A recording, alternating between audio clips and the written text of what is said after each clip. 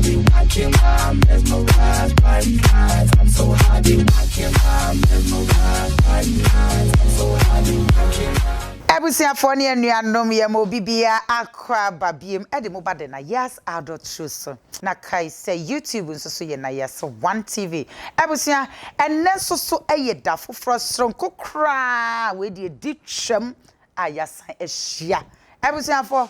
minim de enti ankofo bo me pressure na Nayas fa doctor Faya fa doctor Faya Buabeng Foster bra na Nayas fa doctor Buabeng Foster bra adena moyesa amon frefre doctor afo kakre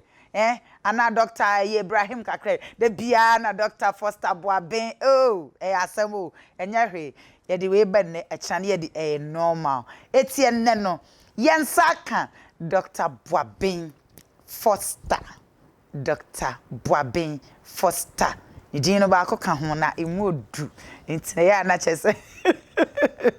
yensa kan wa ha se ne ye ne betwetwe nkomo ne ye bisa ne se edien mpo na oba ne bema ehia sese mo ye sex wia edien na mo hia se mo beye after sex no etene doctor oni ye bedi nkomo obekyerekye niemem na wa wo hweme no oso wa fa bi edi atukoto dream na wa wo hweme no yare bi eda so bi ya senso sex no ye wie na sa atonse na ukodware ya bi kura na nyema bi kura na yesa relax kakra so esi ya ka doctor ho no ye na kwa ko dinkomo aminsha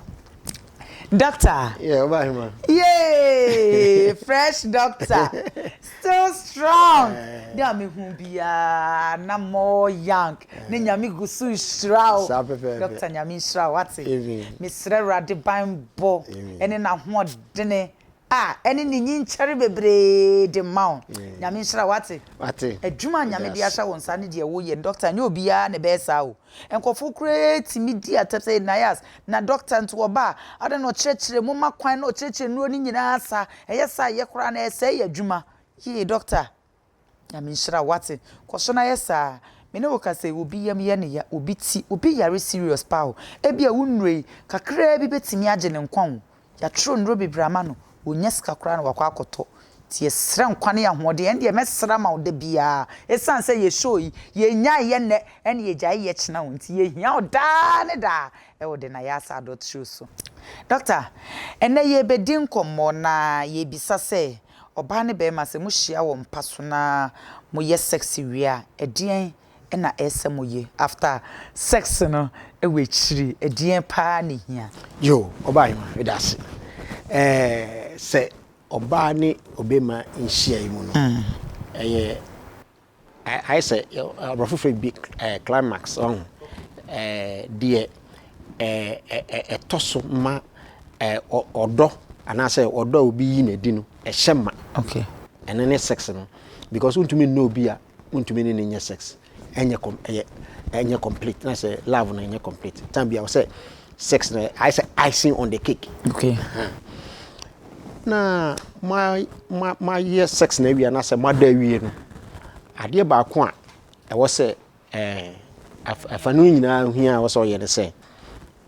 eni kwan say after sex na no petri obako firi mpanu Sebaya at least much madam pen be 5 to 10 minutes. 10 minutes. Mummy edu nyina. Hug yourself yes after sex. Okay. Mummy edu nyina na se be ma no. Mummy edu nyina. Okay. Mo be da ho. Okay. Hug mo ho na se mo hug mo kra. Mo dama obako se oba na oboso odiniti. Odiniti to be ma no se okay. So eno no emma trust emma gidie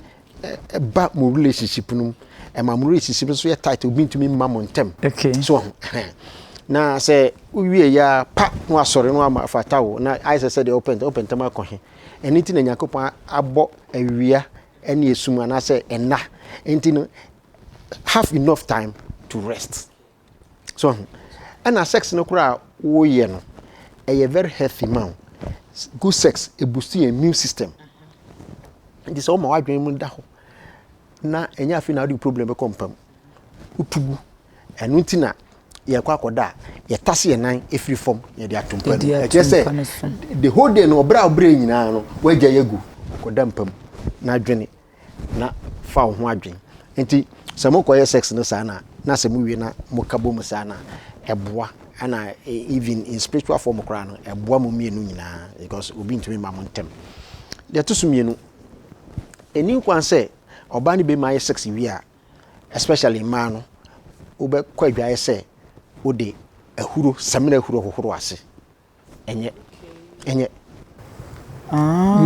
enye kura udware dia fine but why sex na wi no na kwa dwae say ode samina ekọ hohoro ase a enye one kasa oba no ebe how okay a side effect ben na wom e wo sa samina hohoro na ide hohoro ya semina no at that time no say e fresh mawie no so no books ni na research ni na kire say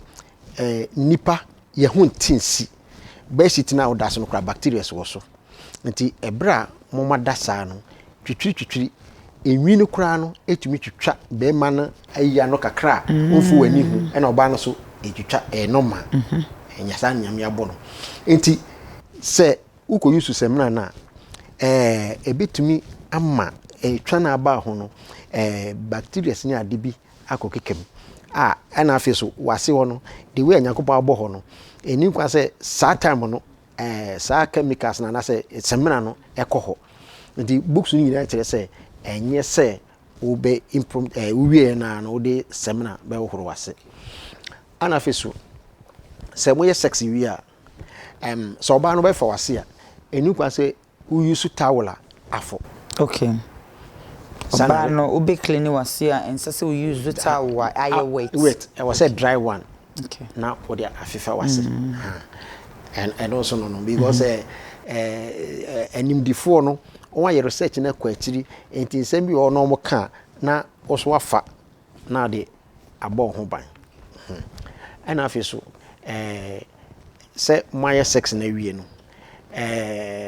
yesi esan say honam atwitwa ne ade enti no eni kwan say oba no be insert ne sa akọ ne private part vagina ni so enti say ne oba horo ho a e ordinary so ya no anim ha ya no na wa hohoro na wape oba bi atra ana afi so no say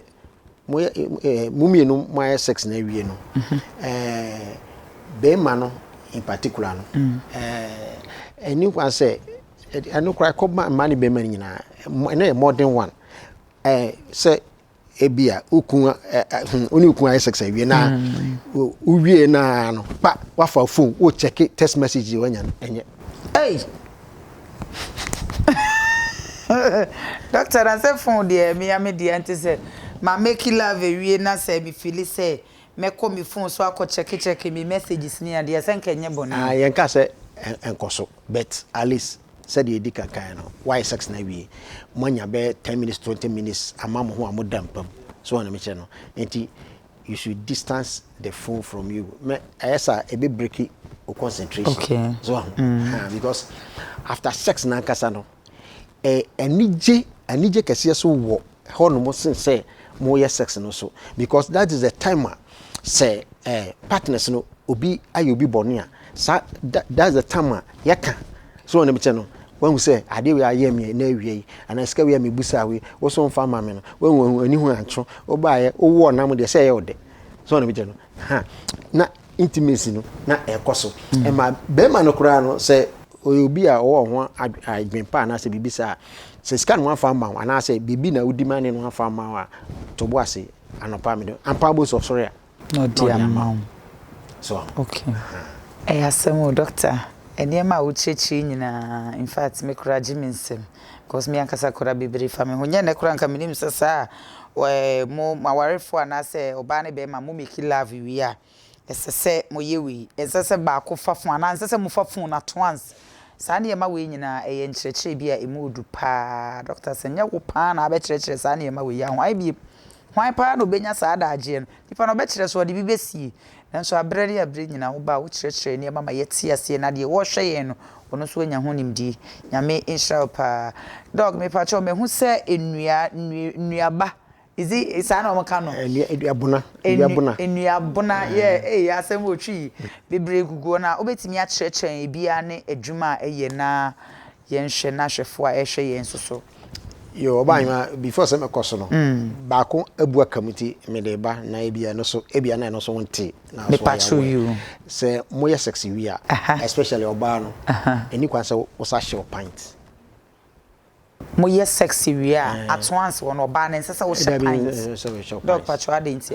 wo betumi ahye say night a wo betumi ahye okay na eframa afa wase so wana meche no sana research ni chese sana midi kan no sana say ho titini ade enti no ebia wo hye ne sana ebetuma ma bacteria akọ ho sana research ni ti enti one way research on kan ya fa bi na no kreso because sex bi ani wa be wi a wo be fa ho totroto esan odani ani je na wo mu anasa orgasm na wo mu say ho ba ne ade enti no niema ni bi go kra esi a ye hu aje say ye wie ye da wansa na wo hu say oh ene de miku kwan ode me fa so de kwaku won say anka wo ye pra me ye normal yo ye wie no ya me sure doctor that's ye ba ko we so we edua o okay edua na edua no ye friend akobowere ayi dua bie ni ho be ma gina ne naso ma sebe ne koti gina so esin akobowere dua bie ni ho ma be ma koti gina so echen akobowere sister ya ka 20 ni ade nyina we olidi won akobowere be ma nko a akobowere no we no o se eye ntimu adwuma oba akora obetimi awebi obetimi anom bi anaso betimi anoma no anom so meche ma wo soso ba bi yede ebe ma wo soso ba bi yede etwetwe nsuo no esi ma omuwo ma wo so se aye asoba yire no enti enye se emema nkwa bet emema no na ye derive more advantage if free akobowere no okay good we so ye frɛ no susumasa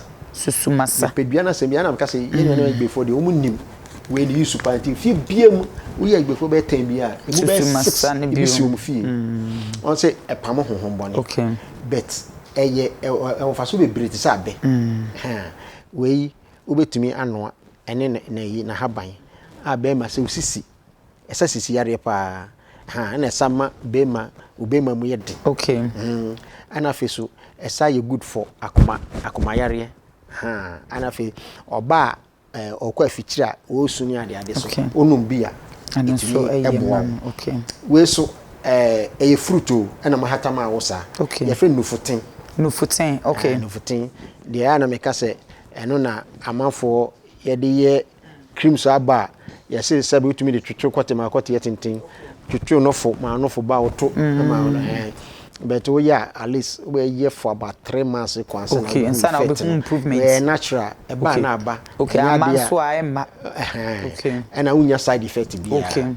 and no aso wonno a sa ayi nuvutin dua yi eni ni dua bi a me research mahu se ehu bibia wo de wotiwe kura wonim kura no memo abotrim bibia wo be no ho bia esa e ma yare nuvutin sana haban sana buna sana hin bia wo de no bia esa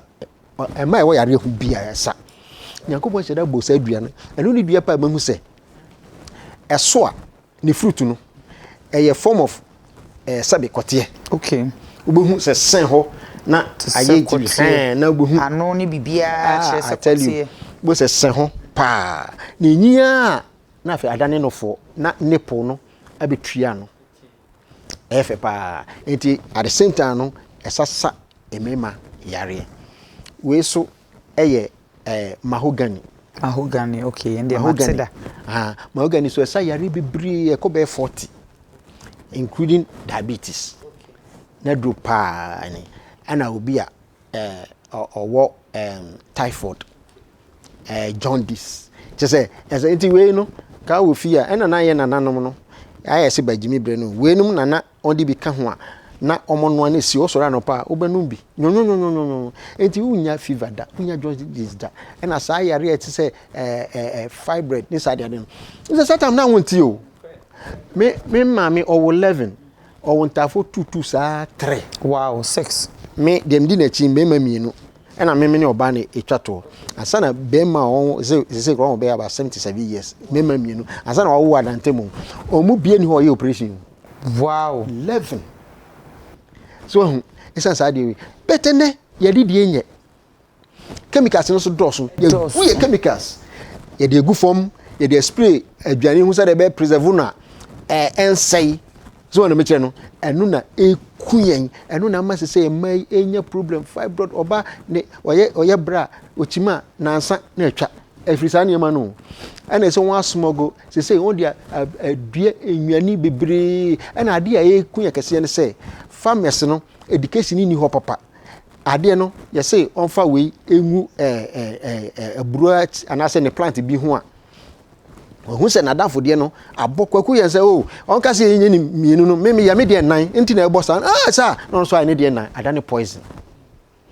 it is say de enye bibia na yi afiri wiase o nyankopon onya me say wiase ye nyankasa ye be say ya de ansa na ye hu ye ho ano pacho we so we see a friend Emre okay o say dro kase o wiase Emre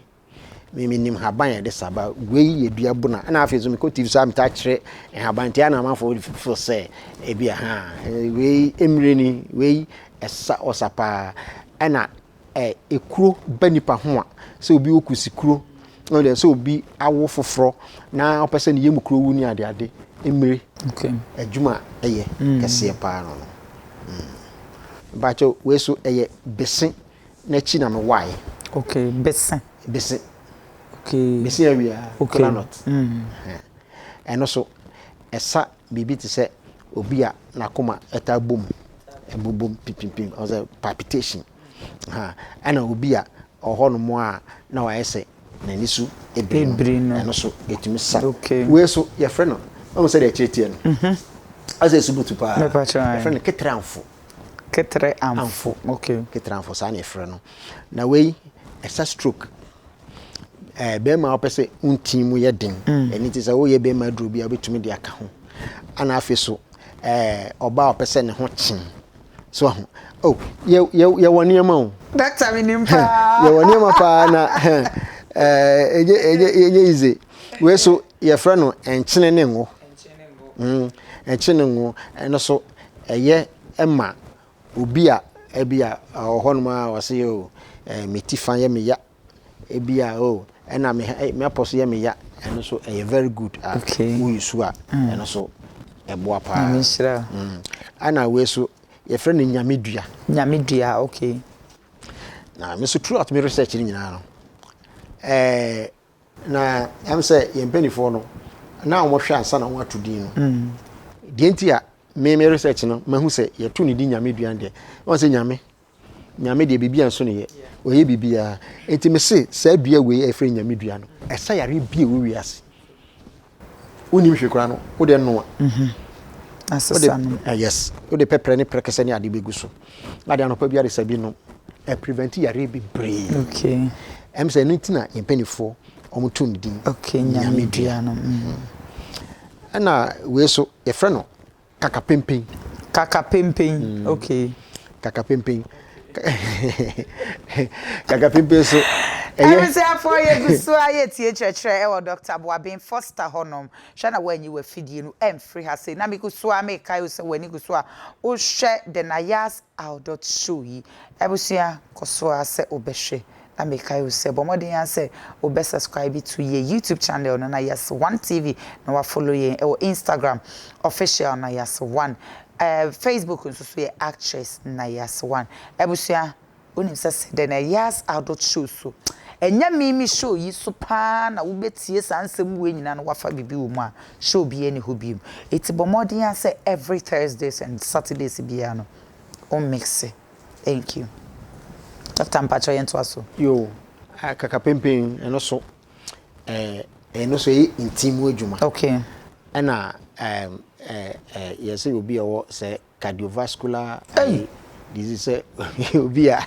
wo akoma yare bia na yare be fa akoma ho okay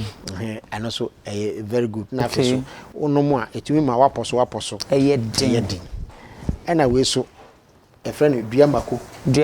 okay duamako enti wuti ne di mako no a no de eba wadwen mu an se ebosho ewo nipadua nu ebosho a ema wota no ma ema enema ehunhunu abrofo no friend inflammation na de hema enema ehonhon okay na say nipa obeyare ana say ubenya problem bia me edi can start with this inflammation it is a way wo ho na wota no ma e kire say osi yare anokwan okay we so your friend owidi for kete hey okay ya na omo no ya woni Ghana kasa ya woni e ma na we look down upon it say enu ne amane nipa bre no owidi for kete we so stroke adru stroke afi eye intimu ene aposo adru ana afi so se oba ekwa fichire ana oye bra a oti pins ana se ne bra ne maye we so eye hu ayi epa we ye kra mi so yi eye wahu ayi aya ye bola so ye wo ayi bi si wote se kwa ususua okay yeah ye friend pepe die wu okay ni sili ni bi na awo na de ye ne se obi a owo respiratory problem se wo home enye ye se wo pneumonia se wo asthma okay wotetia na wanua na wapum na re home sa se asthma na se bi kra na ye Arabia ebeko ena we so your friend no we ye akudua okay akudua we so eye ma obi a ai so ye bibi kakra bia na wabre na wabre okay oh de ni wura fini de ene ma mi ma obi so obi a Dr. Bakwi waka last one eye we ye susumasachi okay I'm yeah okay susumasachi na me say ayi bi wo ha me pese me die no so be kire say ayi na so kan say ayi no adwen de obi o ye bibi kakra bi na ni refi last by me kire bet me sa kire enini eye anase dokono anase yeah kai so be kire anase dokono eno an say o de chinsi hohoro kama okay na o de agu container no one so hye no abetum de pepper ne prekese agu mentia ina betum de agu okay na wa be hwie agu so wakata so 15 minutes okay yemfa ademono anase habamono insija so okay tambia wo yesa eye wo se wunya ho de wo se wunya firimu ontimi nya nyina ebi firimako ana afi so obi a ayi o se ye nipa da se nipa da ye tintin nipa wada no okay ye tintin by 0.3 inch wow the same thing say your spinal cord the way chi ye wa ibi o mon friend ai cartilage disc yankopon e dia shem say aya ne ma bi o study a na wo se wonsum nyame a na wangasa no obo hu abonti o dia shem na dia en say daytime unim say anadwo ya da no ye tintin o by 0.3 inch no okay na o sore pe na wasa aba no ma no normal ayina height na pepepe eti obi gi achi na opa oda yensusu no ana oda mpa so yensusu obo se why tintin ba sa 0.3 inches no na unya sorry ya pepepe na reduce to the normal state because o sorry a ana say tiwe ye obi be a friend gravitational force etwe enti amasa cartilage this no esa pa na squeeze but say woda ho no mo a na gravitational force no eni exert any pressure on so na ade no I say I expand enti na manipa enti won a eco space no onko space no ko di be 6 months a on be ba no na on wa ye tintin 2 inches adentia o se nyakobo hu pa se hu pa moon ho no gravitational force bi eni ho yeah enti omo ko che ho sa na tintin no na ebi aba ka ho Enti say yenkoso enchire enuro ni bi nka ho a. Doctor, yento aso be church but ye pese ye bisa say okay. Fruits yeah ye die. Okay. Ye pese ye hu die ye tai dia e be man apomuden ahoden ankasa ebum. Wo kire no wia ye be san bisa leaves a ese ye di vegetables and I mean kan nyina kramom na wa church ni nyina mai fruit a eni padua no ehia say ese ye di vegetables ehia say ese ye di e na face so enue ya wo church de ye important pa ehia ye tembia wo yini padua abre nyina no pa church makakra yo fruit no de say enye no chemicals no de adwetwa na mu ntino fruit no kire kra na akoye hu so ho na obi o diabetes no kwadu nya ma ne apple obi o diabetes anya ma ena watermelon is very good many pan ka say de bia esenke didi nya poison e dia because watermelon no say we obi a wanya enyu somu yare na bibia te sa udi a abrafo say e diuretic chese udi a e ma utumi nyonso na mo awon nyonso no e clear oblada no ba bia nyonso etwa no ba bia nyonso no kogo ansana about no e claim because e ho an clear bacteria se ba ho e ma utumi didi komu a affect prostate na ba no so ewo mu no eye watermelon aba ewo mu no e no so eye prostate aduro kese okay ubetumi awe no amene unya prostate problem da anafi opese obo ho ban free prostate ho so a bema uhia tomatoes okay tomatoes prostate aduro kese but it should be organic. Okay. Organic na enye bibia o wo de na wadue wa fikyire ho a wo fa poison bia mu so organic. Organic, okay. It just say one kasa ye backyard garden. So the a champion time o kan no. Why? Because enen scanity say lemon kra ho hu say lemon ye use for your natural medicine. They say the why na say why bi wo de twa mu a de mo hu say inorganic one no abanim no seed ni. Okay. On the frame because one who say you know ya manipa to lemon no on the frame yo if you wa ye call bibi to say your back so friend no pumpkin seed pumpkin seed seed hey you know friend them say chemfre da ho kama to say bro friend better ho ye de kakra and also yema mema so prostate ho ban okay ana aduane bi te say brofre I was saying nipa bia etumi edibi and ano na you know last week obi frame and ajobe say one I say ni yem say said the watch and na say nipa no wu an wo no ana me busa ne say owo akutu e wo ho o si da bi na me say owo brofre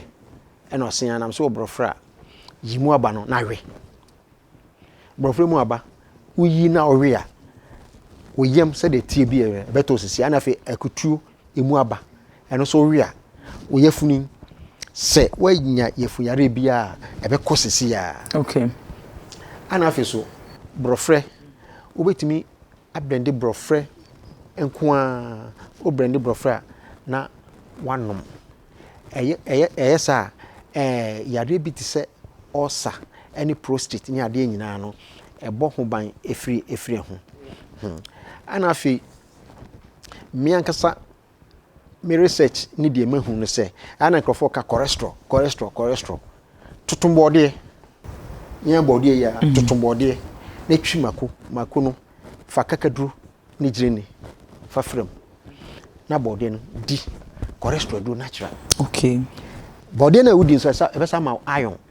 ene natural iron eni kwan say ukofa chemical iron bia e di benipanu because chemicals no ko mu sa no ma onwa yi bia e ba ye ma friend bad sulfur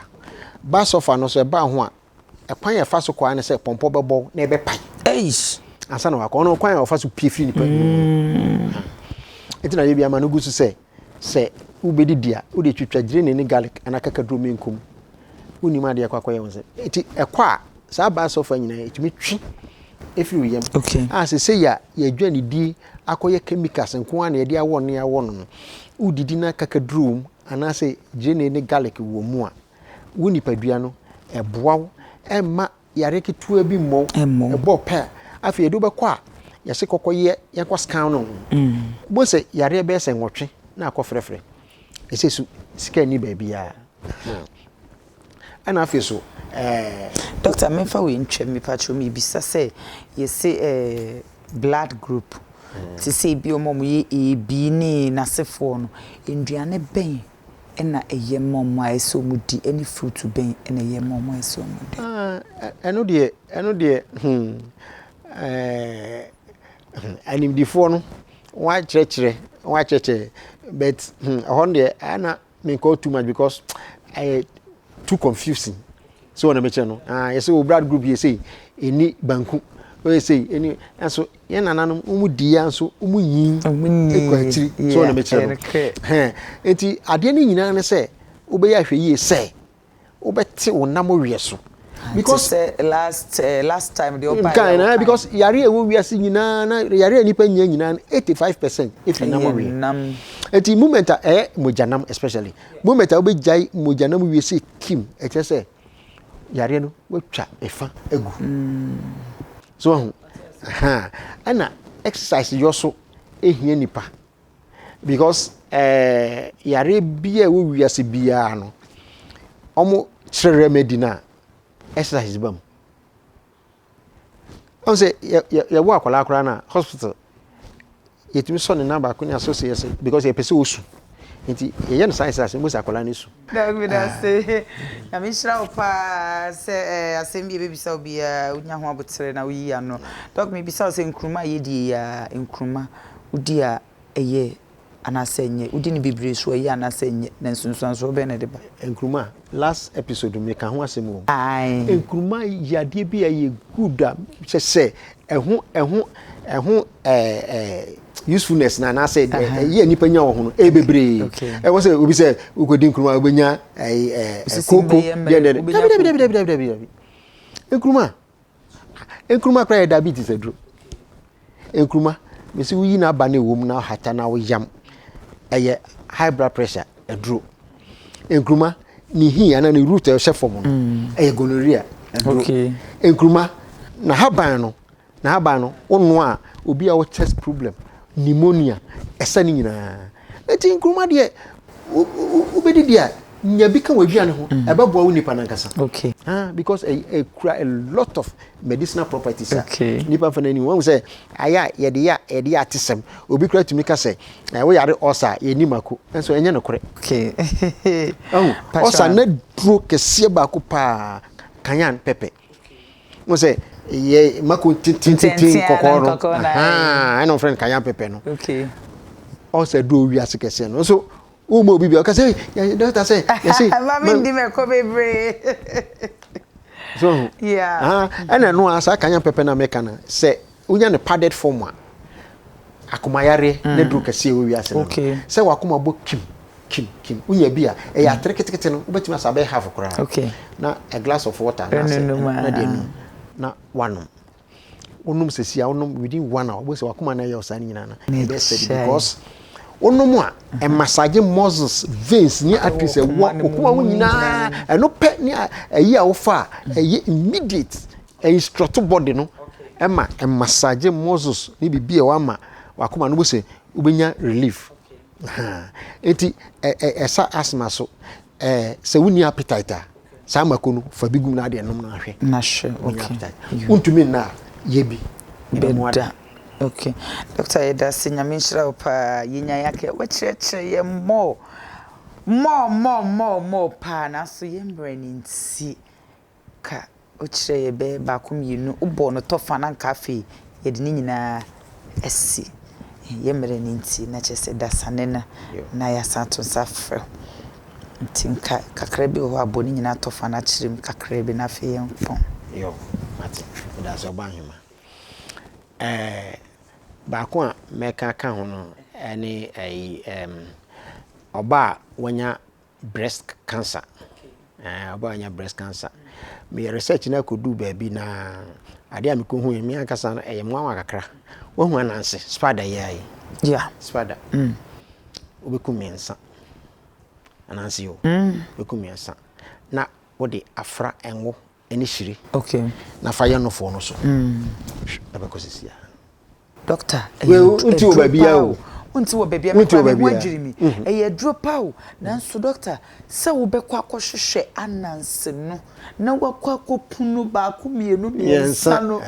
do kenye easy o Gana ye wadi ye pa o hwehwe abenya obi a no se obi o wona na fon ba kwa hono Gemini kuti ha na dropa ye wo se yesi dan fofra na mu abi eye dai de hye kona ha sa de no nyate na fancy kakra fra na fancy so eko because this year said the last episode we tell say friends anansi na broke sie nkuruma kuma fresh wo yamo a Faya anansi Faya so we obi anti wo baby na ya say no ma bibiri na so wo other stations na omo candidate ni o ayo ya o omo he mo so candidate no because on bibi na omo ankasa omo tsena se no omo hwese ne ya doctor Buabeng Foster etu ne boase echechire ndro no doctor ben pa na bi hwan kra na bi nya ne sa wo Ghana ha enemre mu doctors bebere o ma be nyina ye come doctors